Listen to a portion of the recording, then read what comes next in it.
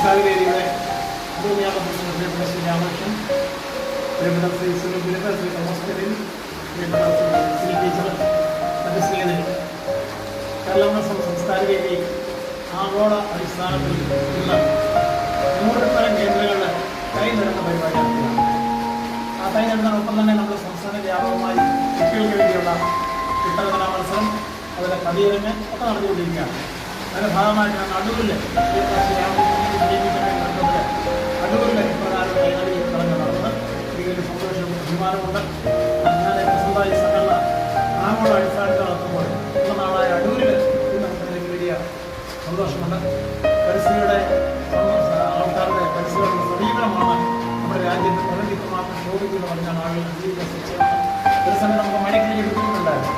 മഴ കിട്ടാൻ പ്രധാന കാരണം നമ്മുടെ പ്രകൃതിയോട് നമ്മുടെ ശൈലിയാണ്.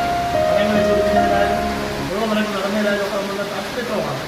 മരം നശിപ്പിച്ച് ആ മരങ്ങളെ വെട്ടി അത് വിറ്റ് കാശാക്കുന്നതിലാണ് ആൾക്കാർക്ക് താല്പര്യം.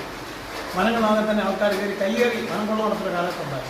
അത് അതിനോട് മാറി മനുഷ്യർ ചെടിയെ സ്നേഹിക്കുകയും മരത്തെ സ്നേഹിക്കുകയും ഒക്കെ ചെയ്തെങ്കിൽ മാത്രമേ നമ്മുടെ നാട്ടിലെ കുറച്ചുകൂടെ പ്രകൃതിയുടെ സന്തുലിതാവസ്ഥ നിലനിൽക്കത്തുള്ളൂ എന്ന് മനസ്സിലാക്കിയാണ് ഇന്ന് പ്രകാരം മരം നടാൻ ആളുകളെ പ്രേരിപ്പിക്കുന്നത്. അതുകൊണ്ട് അതുകൊണ്ട് സംഘടിപ്പിച്ച പരിപാടിക്ക് എല്ലാ ആശംസയും വരുന്നു.